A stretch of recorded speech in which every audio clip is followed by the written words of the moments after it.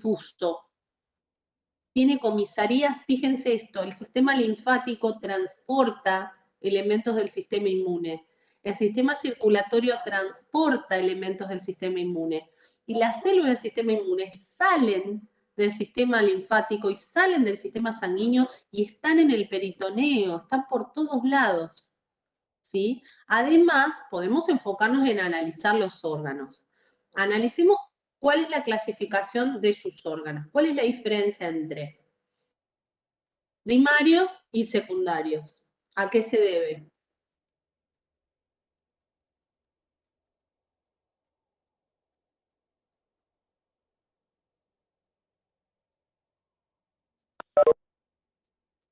¿Cuál es la diferencia?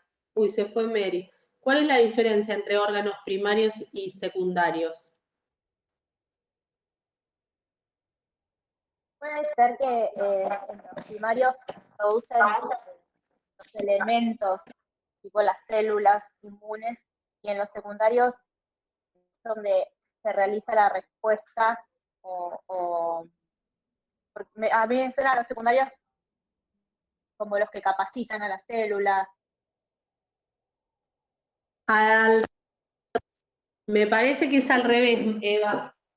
Profe, los primarios sería donde se da la maduración y los secundarios donde interactúan con los antígenos, digamos. Ahí me gustó más, María Luz. En los primarios yo lo que voy a tener es la producción de células del sistema inmunológico y la maduración de esas células o elementos del sistema inmunológico. En cambio, en los secundarios, como bien dijo Eva, voy a tener algún tipo de respuesta inmune. Entonces, cuando hablamos del agente, ya sea virus, bacteria, hongo, parásito, alimento, va a entrar y va a interactuar con el cuerpo desde algún órgano. Puede entrar por vía piel y va a tener una barrera física, que es la queratina de la piel impermeable, a menos que haya una herida, y ahí interactuar con otro tipo de tejidos, ingresar a la sangre. Puede entrar por las vías aéreas respiratorias, puede entrar por las vías digestivas, puede entrar por la vía urinaria o por la vía genital, ¿sí? O génito urinario en el caso masculino, y entonces ahí el agente va interactuando con distintas partes del sistema inmune. Ahora, si viene por aire, lo primero que va a haber interacción si trata de penetrar este canal es con el anillo de Weldeyer. En el anillo de Weldeyer hay algunos ganglios linfáticos, están las amígdalas y están las adenoides, ¿sí? El aire se filtra y si hay algún agente que trata de entrar por ahí, va a entrar en contacto con las adenoides. Ahí se va a activar la respuesta inmunológica. Si entra por la boca, va a entrar en contacto, si trata de entrar por ahí, con las amígdalas palatinas. Esos órganos están activos hasta más o menos los 12 años, ¿sí? Y están generando memoria de todos los agentes que trataron de entrar, para que después en la vida adulta esa memoria esté disponible para actuar con más eficiencia. En cambio, una vez que lleguen al pulmón, bueno, a lo largo de toda la vía aérea respiratoria, van a tener un órgano linfoide secundario que es el MALT, que es el tejido linfoide asociado a mucosas. En cambio, si entra por vía digestiva, además de pasar por el GALT, que es todo este tejido linfoide asociado a la mucosa digestiva, va a llegar al estómago, va a tener la barrera del ácido, que va a ser química, y en el intestino va a haber una presentación antigénica, que es lo que vamos a ver la semana que viene, en las placas de Peyer. Son fundamentales, tanto como el apéndice que depende del intestino grueso, ¿sí? Esos son órganos, el apéndice cecal, son órganos fundamentales del sistema. Una persona que tiene las placas de Peyer activa y el apéndice activo está mejor protegido contra los microorganismos que entran por vía digestiva, ¿sí? Ahora, ¿qué pasa si entra por la piel y entra en la linfa o entra en la sangre? Si entra en la sangre, en el circuito va a pasar por el vaso. El vaso es un órgano secundario fundamental del sistema inmune, vamos a ver en su estructura cómo contiene unos linfocitos B que son especiales para secretar anticuerpos sin haber sido previamente activados, ¿sí? Dependiendo del lugar donde entre, va a ser filtrado o va a haber alguna comisaría de la cual dependa ese problema. Ahora, veamos lo que tenían en la guía. ¿Qué es esto? Esta es la médula ósea hemopoyética. Cuando yo agarro un hueso, ¿sí? En el centro de los huesos largos y también en las costillas o en las vértebras hay hueso esponjoso. Por afuera tengo tejido conectivo, tengo hueso compacto, por adentro tengo trabéculas de hueso esponjoso. Y entre esas trabéculas que se ven acá en la foto, en el corte histológico, ¿ven las trabéculas de hueso esponjoso? No veo a nadie. Están todos, como siempre, cámara apagada. ¿Qué pasa? Me dejan hablando sola. Hago una pregunta. Ahí donde dice tipo de tratamiento de la muestra, ¿es tinción con hematoxilina y eosina? Perfecto, sí, Eva. ¿Quién fue? Daniela. Sí, Yo. es una tinción de hematoxilina eosina. Al hueso esponjoso lo tiñó bien de rosa, ¿ves? Y entre medio de las trabéculas de hueso esponjoso hay un tejido. Ese tejido es células madre. Son las principales células madre que tenemos durante toda la vida. Vieron que la principal célula madre es el cigoto, que tiene totipotencialidad de generar un organismo nuevo. Luego hay otras células madre que están endodermo, mesodermo y ectodermo, pero en la vida adulta quedan pocas. Una de ellas son estas células madre hemopoyéticas que están acá. En la médula, en el centro de los huesos, se hacen nidos. Cada nido se especializa en fabricar algo. Algunos nidos son de serie roja y van a dar eritrocitos. Otros nidos son de linfocitos T. Otros nidos son de linfocitos B. Otros nidos son de eosinófilos, otros de basófilos. Mientras que la vida va avanzando en un paciente que es niño, tiene mucha médula roja, y en un paciente adulto hay partes que van volviéndose médula amarilla. ¿Ven que se van generando bastantes adipocitos? Pero fíjense cómo acá hay células madre de eosinófilos y se van produciendo eosinófilos. Acá hay células madre de eritrocitos y se van produciendo eritrocitos. ¿Qué es lo fundamental? Acá está el megacariocito. ¿Alguien sabe qué es esta célula? ¿Para qué sirve? La precursora de las plaquetas. Claro, esta célula, todas las maduras van a salir del hueso y van a entrar a circular por la sangre, ¿sí? En cambio, el megacariocito no va a salir nunca, se va a quedar ahí. Y se va a partir parte de su citoplasma a la sangre para formar las plaquetas, como bien dijo Brenda. Entonces, ¿qué pasa? Este tejido es el tejido madre de células del sistema inmune. Tanto las involucradas en la respuesta celular innata como los linfocitos T y B. Y acá en la médula es un órgano linfoide primario porque no solo se originan las células, sino que también maduran los linfocitos B. ¿Sí? Ahora, otro órgano es el timo. El timo va a estar hasta los 12 años bien desarrollado, después se va medio atrofiar. Es fundamental. ¿Para qué sirve el timo?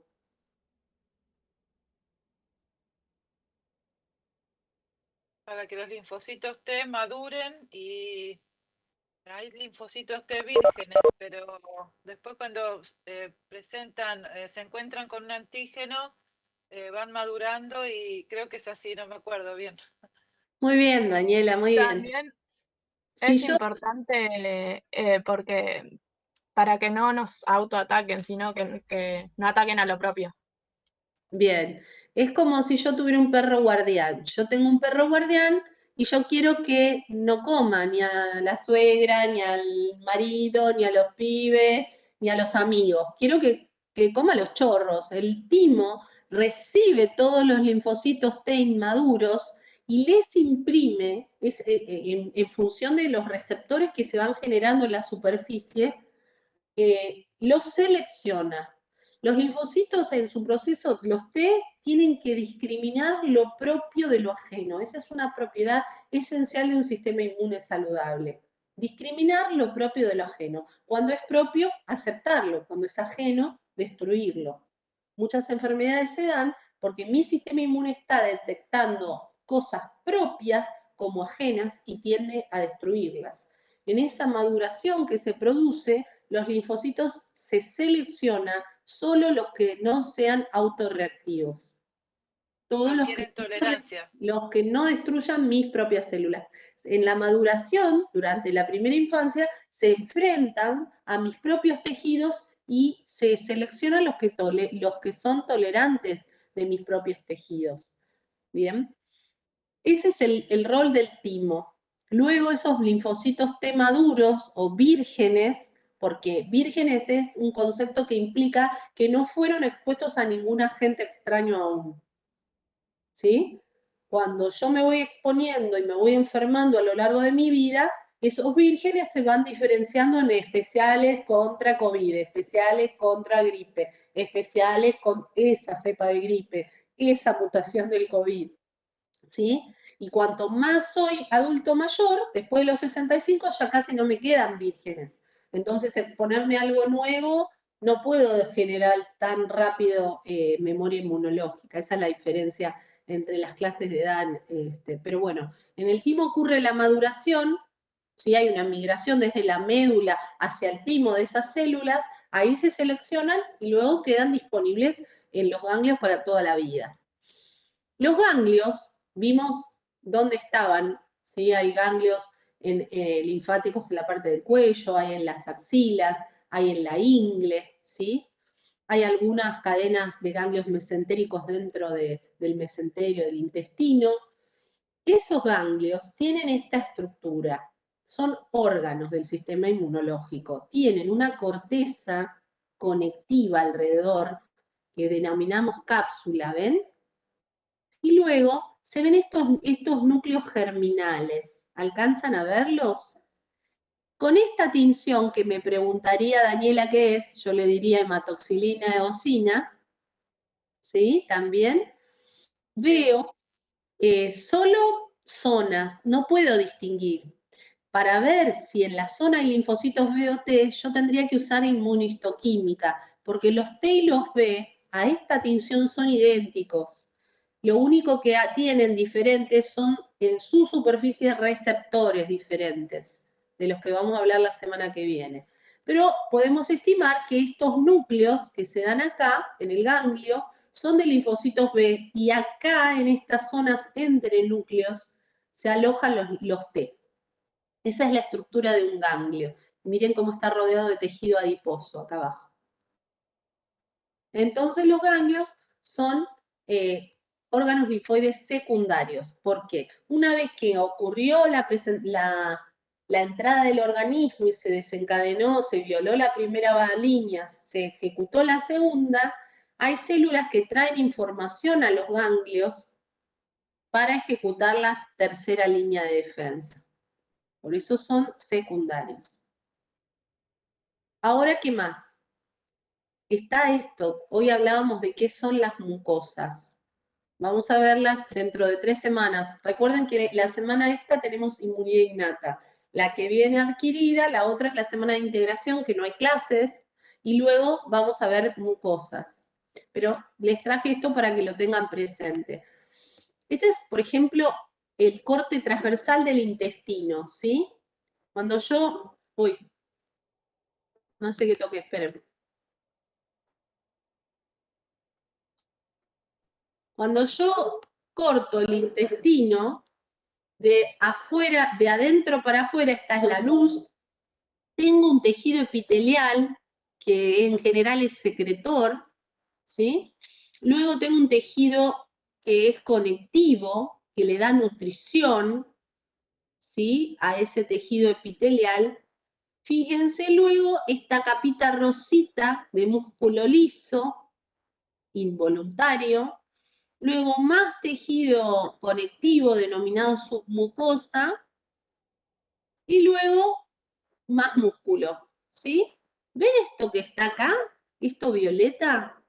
Esto está varios cúmulos a lo largo de todo el tracto digestivo, a lo largo de todo el respiratorio. Es tejido linfoide asociado a la mucosa. Es un cúmulo de linfocitos T, B, de células del sistema inmunológico, ¿sí? Ese es, por definición, el tejido linfoide asociado a mucosas. Se llama en términos generales MALT. Va a proteger la superficie de las mucosas.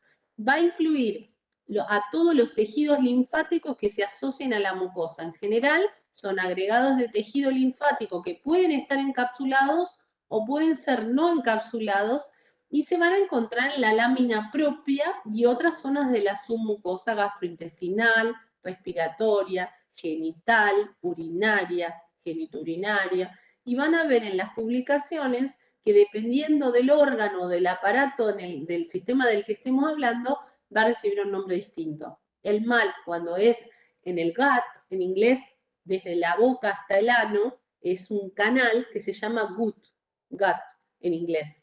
Por eso, cuando el MALT es del digestivo, le llaman GALT. Dentro del GALT, además de haber estos cúmulos pequeños de tejido linfoide, vamos a encontrar órganos con una cápsula, como son las placas de Peyer o el apéndice cecal, como parte del GALT. Ahora, en las vías respiratorias, en la vía aérea superior, le vamos a llamar SALT, y en la vía aérea inferior, llegando a los pulmones y a los bronquios, le vamos a llamar BALT. Bien, la nasofaringe y las amígdalas le dicen NALT. Son clasificaciones que se incluyen dentro de este concepto que es el MALT, tejido linfoide asociado a mucosas. ¿Sí? Se considera, en la bibliografía es confuso, hay libros que hablan de que es secundario, otros inventan la categoría de terciario, nosotros lo vamos a considerar secundario, ¿sí? Dejamos por fuera los órganos que producen las células del sistema inmune o donde se maduran, de los órganos donde ocurre la interacción celular y la respuesta. Fíjense, esto es la mucosa del estómago. Tenemos acá la luz del estómago, acá están las vellosidades del estómago, en estas criptas se secretan enzimas digestivas como la pepsina y el ácido clorhídrico también, que es un químico, ¿sí? Hay una membrana basal que alimenta a toda esta mucosa y un tejido conectivo. Entre medio de ese tejido conectivo hay un cúmulo de linfocitos T, B, macrófagos, ¿ven? Llamado MALT. Abajo de eso viene el músculo liso. Acá hay algo de adiposo, en la submucosa, tejido conectivo, y adiposo en el medio, y después para abajo se dirá otro tejido muscular que estaríamos acá. Pero fíjense, ¿ven cómo se ve el MALT? En el esquema estaba ahí, ¿ven cómo se ve al microscopio? Teñido bien de violeta.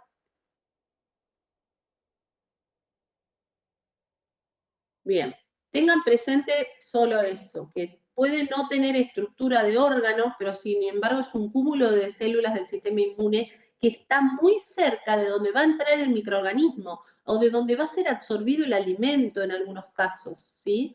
Por ende puede responder temprano ante el ingreso de un agente. Bien, ¿estamos hasta acá con la clase? Tenemos de la primera parte un panorama general de la respuesta innata, de cuáles son las partes de esa respuesta. Tenían ustedes una presentación del esquema general y después tenían una presentación de varias filminas, tenían que ver un video y describir las barreras físicas y químicas, describir qué son los PAM y los PRP. ¿Alguien podría decirme qué son los PAM? Son los Los PAM patógenos. son los Ah, bueno, habla. No, decilo vos. Los PAMs son los patrones asociados a patógenos, si no me equivoco, que como por ejemplo la LPS bacteriana, si no me equivoco, o diferentes estructuras que van a contar los patógenos que van a ser reconocidas por los PRR. Bien, entonces, por un lado, las bacterias o los virus o los parásitos tienen alguna sustancia química que nuestro sistema inmune innato es capaz de reconocer. O sea, tenemos una memoria genética para reconocer. ¿Y cómo lo reconocemos? A través de receptores y de la inmunidad innata. ¿Cómo se llaman esos receptores? Vos dijiste. Los PRR, no me va a salir ahora. Receptores de reconocimiento de patrones. Exacto. Entonces, por un lado tenemos a las propiedades del antígeno, ¿sí? De la gente que entra. Molecularmente en la superficie tiene algunas sustancias químicas. Nuestro sistema innato ya genéticamente produce receptores para reconocerlo, ¿sí? Y esos receptores se llaman, ¿cómo se llaman? ¿Qué tipos de receptores del sistema innato tenemos? Receptores de reconocimiento de patrones. En términos generales, receptores de reconocimiento de patrones. Ahora vas a tener dos tipos. Algunos que están unidos a las células de mi sistema inmune y otros que son solubles y vienen en el plasma. ¿Está? Entonces, los TOL, los NOD, los scavenger o basureros están unidos a la membrana plasmática del macrófago, del eosinófilo, del neutrófilo, ¿sí? De la célula dendrítica. Automáticamente reconocen, esto es un bicho, hay que matarlo, hay que destruirlo. Y otros vienen solubles en el plasma, ¿sí? Y marcan, están solubles, están disueltos en el plasma. Eso quiere decir que antes de nacer, mi especie ya tiene memoria de cuáles son los gérmenes más comunes. Ahora, esos patógenos, ¿es específica este reconocimiento? No, a veces un patrón molecular asociado a patógeno es asociado a varios patógenos y los reconoce el mismo receptor. No es tan específico, ¿sí? Por otro lado están los que son solubles, que los vamos a encontrar en el plasma. Hay un montón. Colectinas, que pueden estar en los alveolos pulmonares, en el surfractante del pulmón. Pentanexinas, ficolinas, van a venir con la sangre, ¿sí? Y dentro de esos está también el sistema de complemento, que es lo que vamos a ver en la otra parte de la clase, ¿sí? O sea que, por un lado, tenemos células, ¿sí? Que tienen en su superficie receptores que detectan algún patrón molecular asociado al patógeno, ya sea virus, bacteria, hongo, parásito, y por otro lado, en el plasma de la sangre hay algunos disueltos, entre los que está el sistema de complemento. ¿Sí? ¿O no? Sí, sí. Lo fundamental es que la inmunidad innata al nacimiento ya nos da algún espectro de los patógenos a los que estuvo expuestos nuestros ancestros, porque tenemos cierta capacidad de distinguir algunas sustancias químicas típicas de esos patógenos. ¿Bien? Entonces, ahí, ¿en qué parte estamos del juego? Estamos en la respuesta innata o no específica, y ahora veamos, dentro de la respuesta innata o no específica, estaba la respuesta inflamatoria, lo que vamos a abordar en taller entre esta semana y la semana que viene.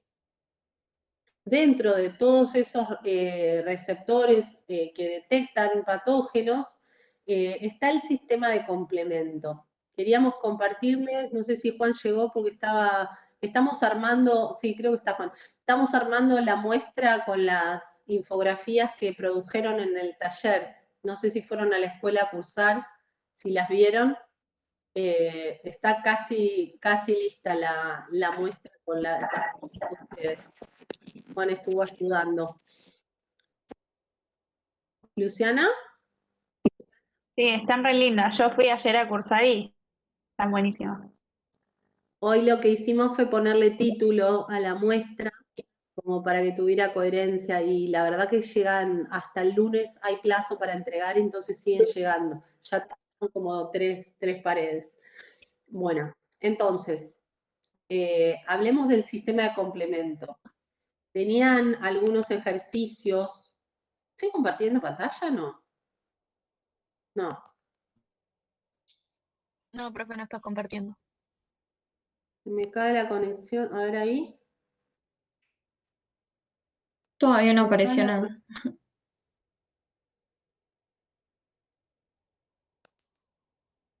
Se me cae la conexión y deja de compartir y no me avisa. Bueno, el sistema de complemento entonces tiene estos receptores no específicos que vienen disueltos en el plasma. ¿Cuáles son las funciones de estas proteínas del sistema de complemento? Si tuviéramos que, en el primer ejercicio se les pedía que enunciaran cuáles eran las funciones del sistema de complemento. Las podemos resumir en esto. Inducción de inflamación, de lo cual ya hablamos, y vamos a seguir hablando en el taller. Opsonización de microorganismos. ¿Qué quiere decir opsonizar? ¿Alguien sabe? Sí, que Como las que los marca las bacterias para que después sean fagocitadas por los macrófagos o por los... Y en ese rol está potenciando la respuesta inmune. Mediación del efecto citotóxico directo sobre el organismo. Está marcando al microorganismo porque le reconoció un patrón y entonces vienen células citotóxicas a destruir a esa bacteria porque está marcada. Eso puede fallar y el sistema de complemento a veces puede marcar nuestras propias células y entonces las citotóxicas destruir nuestras propias células en una articulación, en el riñón, ¿sí? Y ese es el rol y otro de los roles que tiene el sistema de complemento es potenciar la respuesta de los linfocitos B. Eso es en términos generales. Y luego tenían esta imagen. Tenían esta imagen que les preguntaba cuáles son las tres vías. A ver si lo acomodo. Ahí. ¿Cuáles son las tres vías de activación del complemento? En esta imagen, cuando la analizan, miren que está como loco. Ahí. Tenemos al microbio solito, interactúa con el sistema de complemento y le pasan cosas. Acá tenemos al microbio que es identificado por anticuerpos. Los anticuerpos son de la tercera línea. Los vamos a hablar de ellos recién la semana que viene. Y acá tenemos al microbio que fue marcado por algunos receptores, algunos proteínas solubles que reconocen patrones moleculares asociados a este patógeno. Ahí hay tres ingresos, la acción del sistema de complemento y tres acciones posibles, tres vías posibles. ¿Podrían definir cuál de estas vías es cada una de estas? ¿En qué consiste cada una?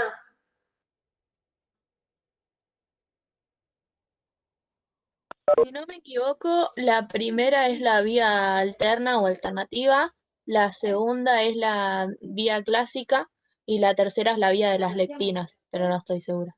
Está bien, muy bien. Ahora vamos a ver un video. Ven que el complemento tiene varias partes, subunidades. Acá está el C3, que esta célula del sistema inmune tiene receptores y eso favorece por la vía alterna la fagocitosis del patógeno.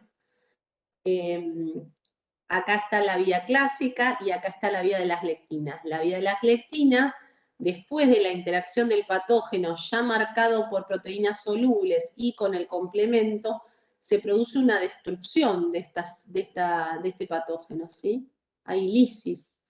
Les vamos a compartir un video que explica, no es fácil, es bastante complejo, cuáles son las 3 vías y qué sustancias intervienen en cada una de ellas. Profe, tengo una pregunta. Sí. Igualmente, ¿no es que todas convergen en una vía lítica común que es el poro lítico? Exacto, lo que pasa que eso ocurre antes en algunas, en la vía de las lectinas, eso ocurre antes. En cambio, Bien, bien. en la vía alterna y en la clásica tiene que intervenir un macrófago que fagocita y después recién se produce la lisis dentro del endosoma, ¿sí? Es como Listo. algunas cosas actúan a nivel plasma sanguíneo, la destrucción del patógeno ahí, y en las otras favorece la fagocitosis. Bien, bien. Y Gracias. después, consecuentemente, la presentación antigénica, lo que sigue después, digamos. A ver si les puedo compartir el video. Ah,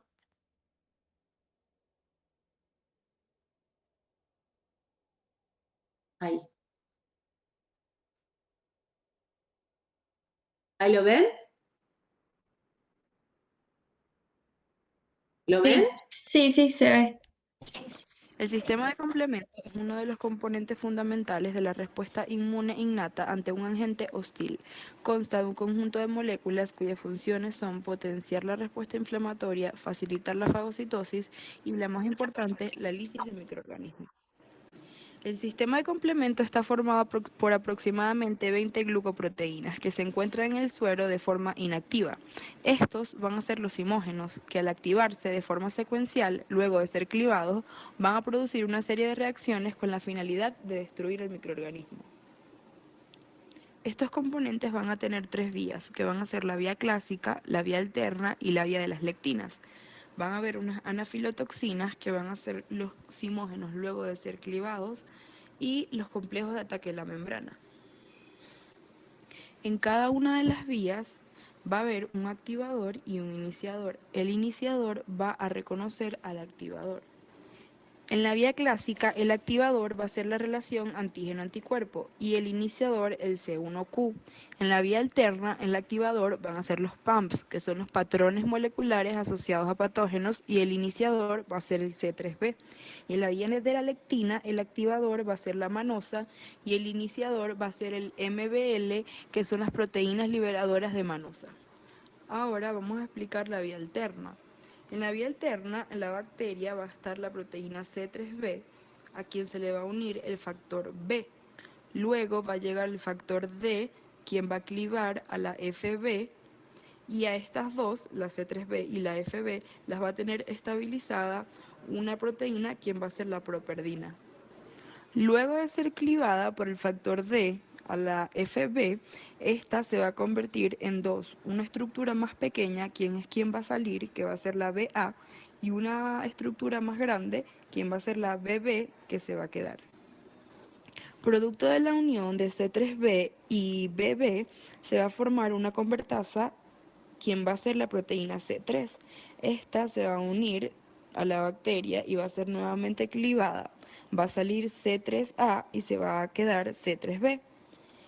Esto formará una nueva convertasa, quien va a ser C3B, BB y C3B, y va a convertirse en C5. La C5 se unirá también a la bacteria y va a ser clivada. Se quedará C5B y saldrá C5A.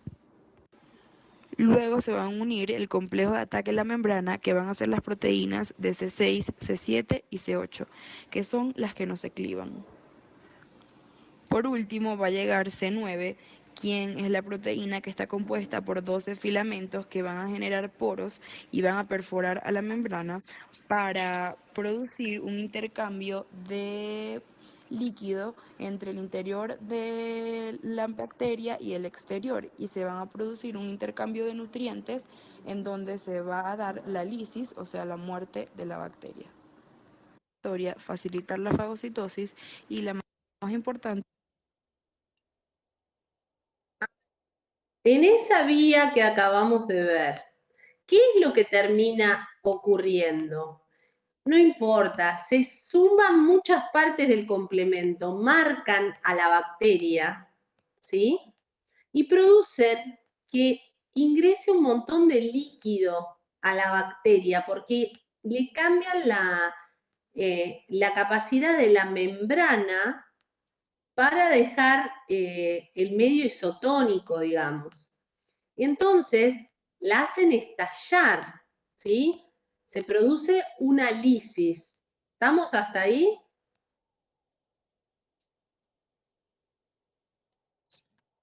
Sí, yo ya me perdí, profe. No sé el resto. Después se los pasamos para que lo sigan viendo. Esperen que lo pongo de vuelta. C7 y C8, que son las que no se clivan. Por último va a llegar C9, quien es la proteína que está compuesta por 12 filamentos que van a generar poros y van a perforar a la membrana para producir un intercambio de líquido entre el interior de la bacteria y el exterior, y se van a producir un intercambio.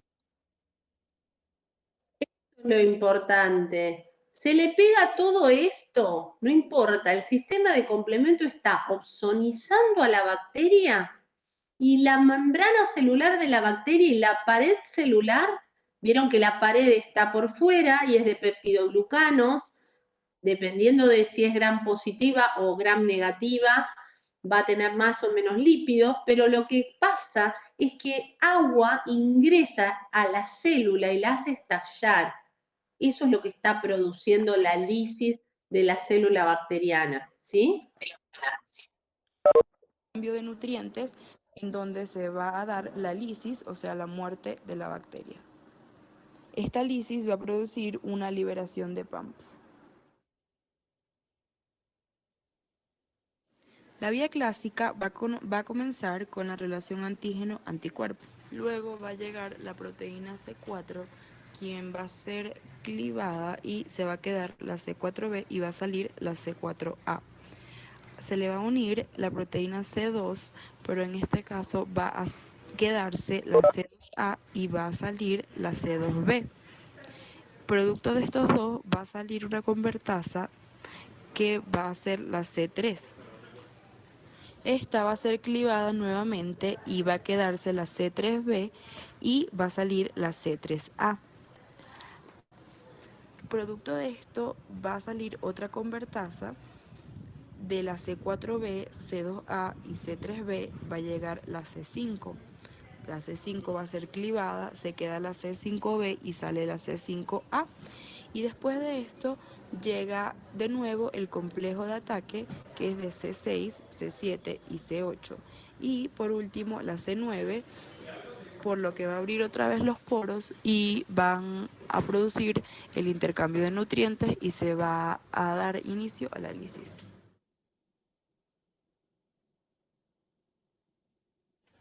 Por último, la vía de las lectinas, que va a ser iniciada por la MBL, que es la proteína liberadora de manosa, y luego se repite el mismo proceso hasta llegar a C9 y volver a producir la lisis.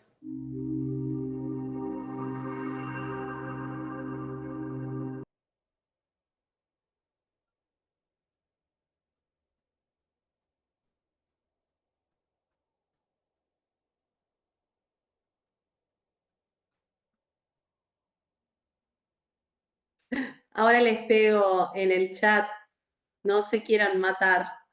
Es difícil, pero básicamente explica las tres vías que terminan en la lisis celular. Algunas de ellas necesitan que haya anticuerpos y otras no. Bien. A ver. Perdón, me parecieron que las tres eran iguales casi. Sí, lo que pasa es que algunas conducen por distintas sustancias químicas, lo que varía son los activadores de cada una de ellas. Y si intervienen anticuerpos o no intervienen anticuerpos. El inicio es que está la bacteria y el final es que hay lisis, ¿sí? Ahora, el proceso es diferente en cada caso. Bien. Ahora, Analizamos este caso a ver si se dan cuenta cuál es la diferencia, lo tenían en la guía. Dice, lee el siguiente caso y responde. Un grupo de estudiantes desarrolla el siguiente experimento. En el tubo 1 hay una suspensión de Vibrio cholerae, que es la bacteria que causa el cólera, más anticuerpos IgG antivibrio cólera purificados. En el tubo 2 hay una suspensión de la bacteria que causa el cólera, más anticuerpos IgG antivibrio cólera purificados y suero humano. Cuando analizamos los resultados del experimento en el tubo 1, no se observa ningún efecto, mientras que tanto en el tubo 2 se observa la lisis de las bacterias. Expliquen por qué se encuentran estos dos resultados. ¿Por qué en el tubo 1 no hay ningún efecto observable y en el tubo 2 hay una lisis bacteriana? Y por todo lo que hablamos ayer, que el complemento se va a encontrar en el suero humano y va a ayudar y no solo las IgG. Muy bien, Lara. En general, a ver si volvemos para atrás, el hígado es un... Ay, me dice que no tengo suficiente red para compartir. Esperen que apago la cámara a ver si me sigue compartiendo. Se me está cayendo un poco internet, me parece. ¿Me escuchan? Sí, sí se escucha. En general, el hígado va a producir un montón de proteínas del sistema de complemento y van a entrar a la sangre como parte de la respuesta secundaria humoral, van a estar disueltos en el plasma. Y en el momento en que esta sangre entre en contacto con algunas bacterias, por ejemplo, las va a ozonizar y las va a alisar, ¿sí? Si yo en un tubo pongo anticuerpos y pongo bacterias, ¿cuál de estas vías podría verse activada? La vía clásica. Bien, pero ¿por qué en el tubo 1 no pasa nada y en el tubo 2 sí?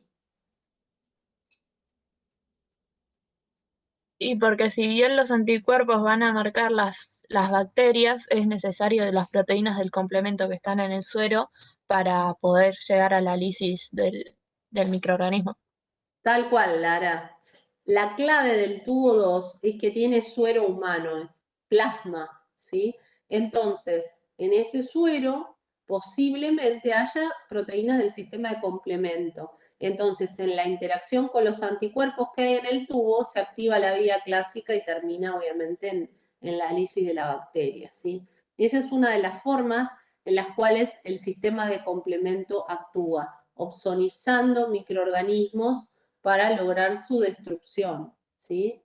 Vamos a ver en el taller cómo conduce a la inflamación y luego vamos a ver esto de la potenciación de la respuesta B implica que los anticuerpos fueron producidos por los linfocitos B. Entonces es como que actúan en marcar los anticuerpos, pero sumado a la existencia del sistema de complemento se produce una lisis más eficiente de los patógenos. En el otro ejercicio lo que tenían era una comparación entre la inflamación crónica y la inflamación aguda.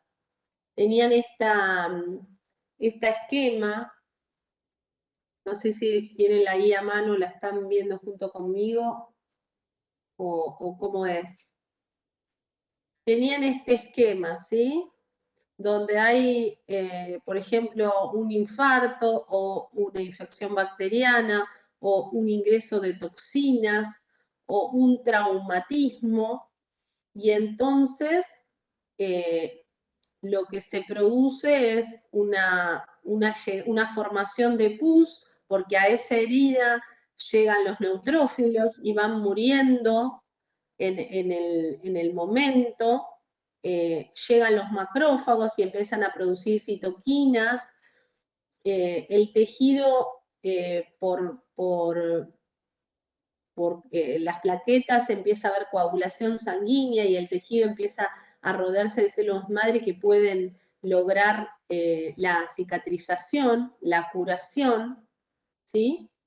Pero también puede progresar hacia una inflamación crónica y que la curación se dé con un proceso de fibrosis, y esa fibrosis ocasiona una pérdida de función del órgano. Cuando hablamos de inflamación, siempre hablamos de los signos de la inflamación. ¿Cuáles son? Rubor, La tecla de Celso. Eso. Sí. Uno de los últimos signos es la pérdida de función del órgano. En general, a nivel histológico, eso se da por este proceso de fibrosis. Entonces, durante una inflamación aguda se producen algunas señales de peligro con la producción de citoquinas. Los propios macrófagos que están llegando llamados al lugar van a producir citoquinas y otras quimiosinas que van a activar a las células de abajo de la dermis, los fibroblastos, y a los propios macrófagos a que produzcan sustancias proinflamatorias. Ahí estas señales de peligro se van a activar y van a activar a las células dendríticas inmaduras que lleguen. Esas células dendríticas van a atrapar a la bacteria, al virus, a lo que fuere, lo van a fagocitar, lo van a presentar y van a ir a los ganglios a hacer la respuesta adaptativa. ¿Qué es lo que se espera luego de ese proceso? Que el proceso de inflamación cese, ¿sí? El proceso de inflamación es una conexión entre la respuesta innata y la respuesta adaptativa o específica. Y luego tiene que cesar. Si no cesa, viene la inflamación crónica. Estamos en la progresión hacia una inflamación crónica. ¿Qué es lo que pasa en la inflamación crónica? Se va a producir, yo miro el tejido y voy a tener una acumulación inapropiada de macrófagos y de leucocitos en general, ¿sí? De linfocitos T, de B. No va a haber una migración. Lo que tiene que pasar es que se sean llamados a la herida, se resuelva la herida, cicatrice y haya una emigración hacia el lugar donde se activa a los T y a los B, que es un ganglio. Si no hay esta emigración, si está bloqueada por algunos mensajeros químicos como el interferón beta o como los factores de necrosis tumoral 1, se va a producir una persistencia de la inflamación. Esa es la diferencia, eso es inapropiado. Yo lo que espero es que cuando haya una lesión, algún factor estresor, fíjense acá los factores estresores a los que estamos haciendo referencia, ¿sí? Un infarto, una interacción bacteriana, una infección bacteriana, una toxina o un traumatismo. Por eso es una respuesta inespecífica. Fíjense el espectro de cosas a las que reacciona de la misma forma, inflama. Por eso es tan especial la inflamación. Es un signo de que está pasando algo. Ahora, ¿qué pasa? Tengo que seguir indagando. ¿Sí? Fíjense todas las cosas que causan inflamación. Es una llamada a las células de la inmunidad innata a accionar contra el parásito, contra el virus, contra la bacteria, a las plaquetas para coagular, ¿sí? Al complemento para marcar. Luego, las células presentadoras que salen de ese lugar tienen que ir a activar la inmunidad adaptativa y la inflamación tiene que bajar. No puede persistir en el tiempo. No es bueno que la inflamación persista en el tiempo. Recuerden la semana pasada que discutimos esto de que en función de la cantidad de lípidos que se van acumulando en el tejido adiposo, el propio tejido adiposo, actuando como endocrino, pasa de secretar nada a secretar sustancias proinflamatorias y atraer a macrófagos al lugar, y en la obesidad mórbida o el sobrepeso grave hay factores inflamatorios locales, ¿sí? Ese proceso ya es crónico en un paciente con sobrepeso. Ahí es producido por el exceso de nutrientes, ¿no? Acá estamos hablando de otras sustancias o de otros agentes. Ahora, tenían una comparación, no sé si la vieron, Esperen, a ver si comparto el cuadro. Entre la inflamación crónica, les dejamos un apunte, no sé si lo vieron. En materiales de núcleo hay un apunte sobre el tema de inflamación, un apunte de cátedra. ¿Lo llegaron a ver?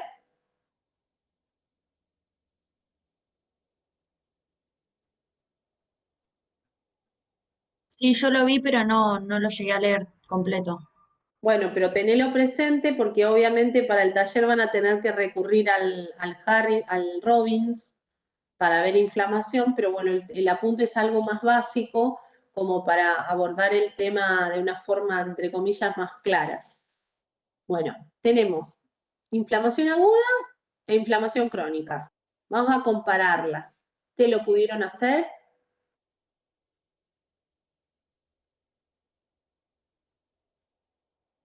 Yo no lo alcancé a hacer. Si lo podemos hacer acá, mejor. Dale. ¿Alguien lo pudo hacer para ayudar Se fue el a cuadro. Daniela? Se fue. Dejaste de compartir. ¿Sí? Ah, ¿Alguien lo hizo para ayudar a Daniela? Veamos cuáles son las causas de la inflamación aguda.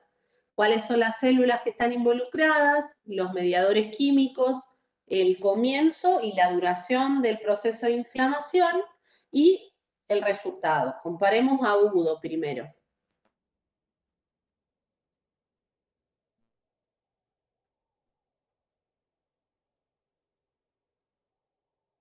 Yo tengo, pero no estoy segura de si está bien. No, pero vamos a controlarlo entre todos. Si no está bien, lo corregimos. Es la idea de la tutoría, que ustedes traigan las dudas. ¿Cuáles son las causas de una inflamación aguda? Yo puse patógenos y tejidos dañados. Bien. Que el tejido esté dañado por un golpe, que el tejido esté dañado por un infarto, que el tejido esté dañado por un tóxico, por un agente físico, que esté clavada una espina, que ingrese un microorganismo. Bien. Ahora, ¿cuáles son las principales células que llegan al lugar? Los polimorfonucleares, o sea, neutrófilos, basófilos, eosinófilos. Bien. Después los monocitos y los macrófagos. Acordate que los monocitos, cuando ingresan, se diferencian en macrófagos, ¿sí? Muy bien. Estaba bien. Profe, te hago una pregunta. Sí. La aguda, ¿pueden ir los linfocitos T también? Se te cortó, Luciana. Ah, ¿ahí se escucha? Sí. Ah, que te preguntas si en las principales células involucradas de la inflamación aguda podrían ir también los linfocitos T. Sí, sí. Dependiendo de dónde esté la herida, si hay un tejido linfoide asociado a esa mucosa de entrada, puede haber disponibilidad de linfocitos T que estén ahí. ¿Sí? Es posible. Entonces tenemos los polimorfonucleares, macrófagos y algunos linfocitos T. Está bien. ¿Qué sustancias químicas se producen? ¿Cuáles son los mediadores que garantizan que haya inflamación?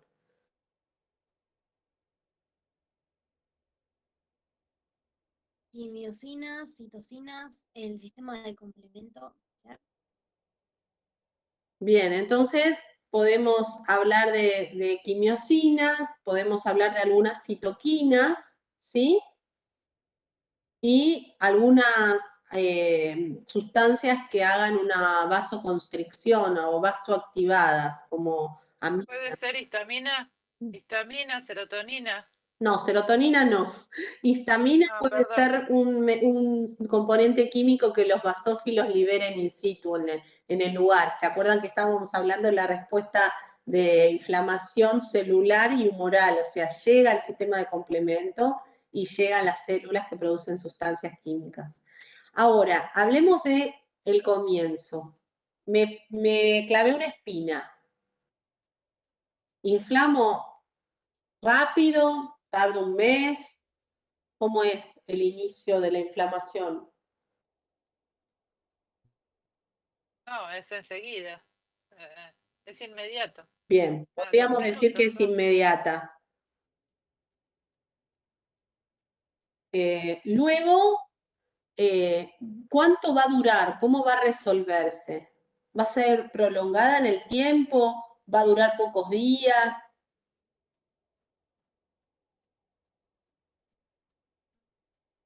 Y pocos días, porque si no estaríamos hablando de una inflamación crónica ya. Muy bien. Digamos que se va a resolver en pocos días.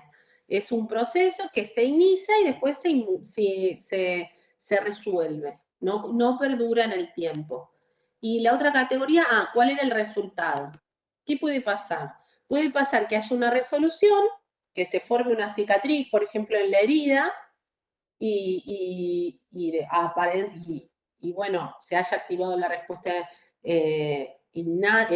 adaptativa en el ganglio y se desencadene por otro lado, pero en ese lugar local ya deje de haber inflamación, por un lado. Reparación de Y otra tejidos. cosa es que puede... ¿Cómo? La reparación de tejidos. Claro. O puede que conduzca a una inflamación crónica. Esa es otra posibilidad que no evaluamos.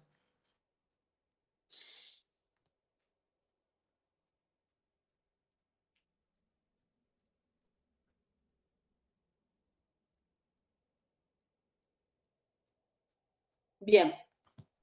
Aparte, veamos la inflamación crónica. En el cuadro era causas y principales células involucradas. ¿Cuáles son las causas de una inflamación crónica? Básicamente que falló la resolución de la inflamación aguda, ¿sí? Porque debido a los patógenos que no han podido ser degradados, por la persistencia del cuerpo extraño ahí adentro, por algún fenómeno de autoinmunidad, donde el sistema de complemento marcó y en vez de marcar el patógeno, marcó células y hay una destrucción de las células a nivel local, de mis propias células, ¿sí? En el tejido adiposo vieron que la inflamación crónica se daba porque las células del sistema adiposo seguían creciendo, porque había más disponibilidad de nutrientes para reservar. Entonces cambiaba el perfil de producción de mensajeros químicos del tejido y se llamaba más a células del sistema inmune al lugar. Ahora, ¿cuáles son las principales células involucradas en la inflamación crónica? ¿Qué encontraron?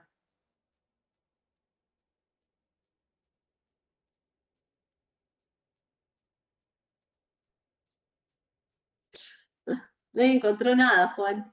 Vamos a regalarles una lupa a esto. Puede ser macrófagos, porque vienen más macrófagos ahí a la zona. Sí, comparativamente muchos más macrófagos que en la aguda, pero también vamos a tener tanto linfocitos B como T, y también vamos a tener neutrófilos. Y lo que va a pasar es una migración de los fibroblastos, que son las células del tejido conectivo subyacente. Fibroblastos va a haber, los fibroblastos son los que van a terminar produciendo esa fibrosis o endurecimiento. ¿Qué encontraron con respecto a mediadores químicos?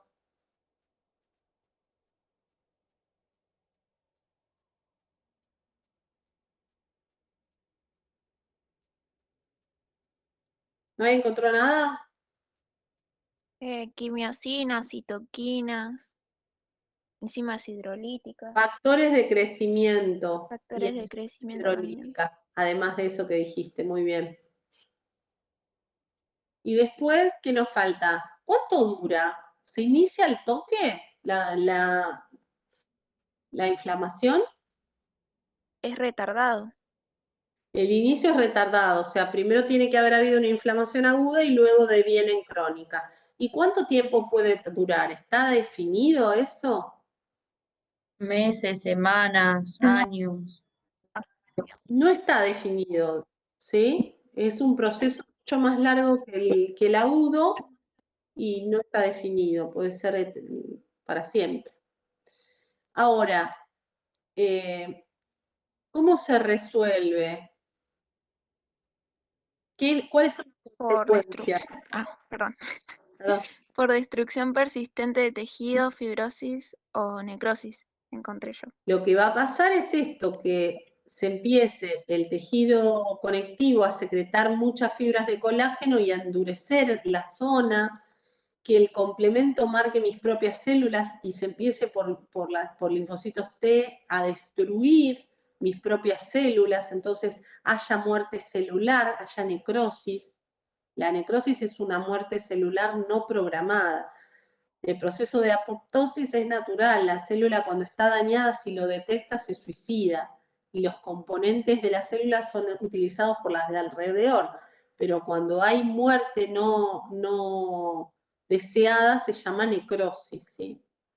Bien, básicamente esos eran los contenidos que teníamos que abordar hoy, ¿sí? Las diferencias entre la inmunidad innata y la adaptativa, dentro de la innata, las barreras, los mecanismos de barrera, y dentro de después de los mecanismos, la segunda línea que hace al proceso de inflamación, en el cual están los polimorfonucleares y el sistema de complemento. Luego tenían algo sobre natural killer, este concepto de PAMs, TAMs y receptores de la inmunidad innata. Y lo que tienen que tomar de esta semana para entender la semana siguiente es qué pasa con estas células presentadoras de antígeno, con los macrófagos, con las células dendríticas. Son la conexión con la inmunidad adaptativa de la tercera línea. Son las que van a activar la tercera línea, que es específica, que va a identificar a ese germen y va a tener una respuesta específica para ese germen y no para otro. Hasta ahora los patrones que nosotros reconocemos son comunes a varios gérmenes. El receptor es común a varios y es una respuesta inespecífica. La semana que viene vamos a ver en qué consiste con la clase de Claudio la presentación antigénica, ¿sí? Cómo se desencadena la inmunidad adaptativa o específica.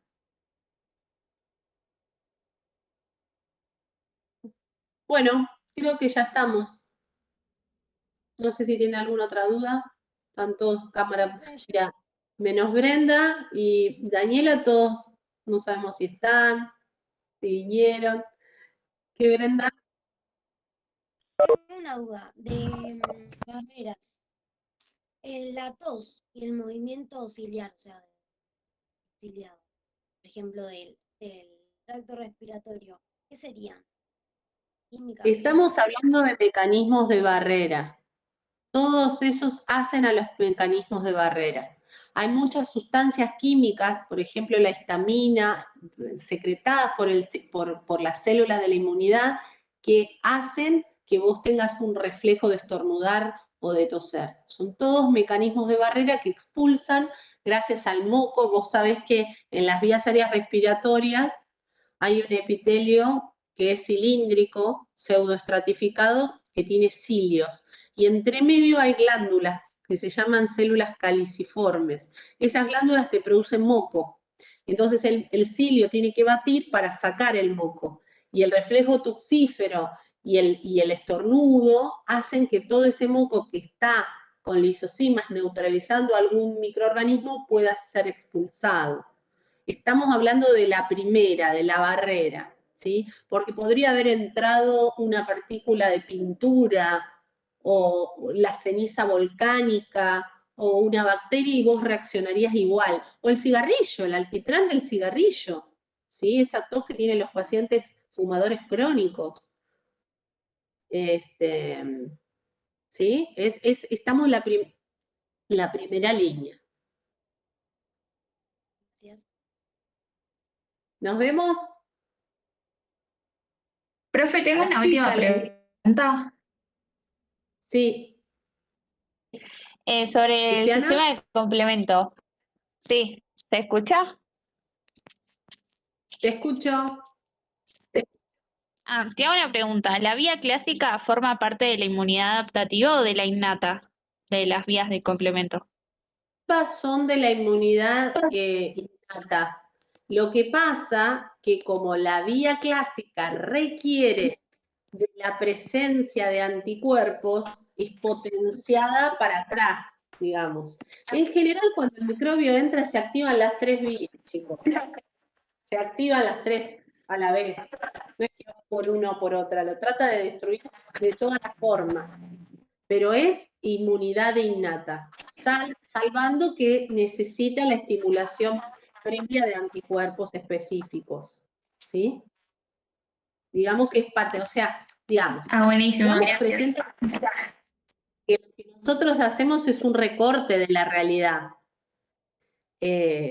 Clasificamos taxonómicamente, esto es innato, esto es adaptativo, pero hay muchas conexiones y retroalimentaciones que complejizan, ¿sí?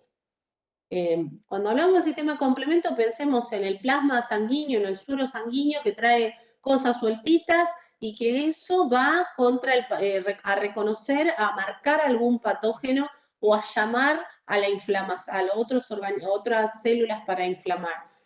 Es como inmunidad innata, pero bueno, sí, con la salvedad de que ese anticuerpo tenía que estar previamente circulando para caer en la bacteria y marcarla, por ejemplo.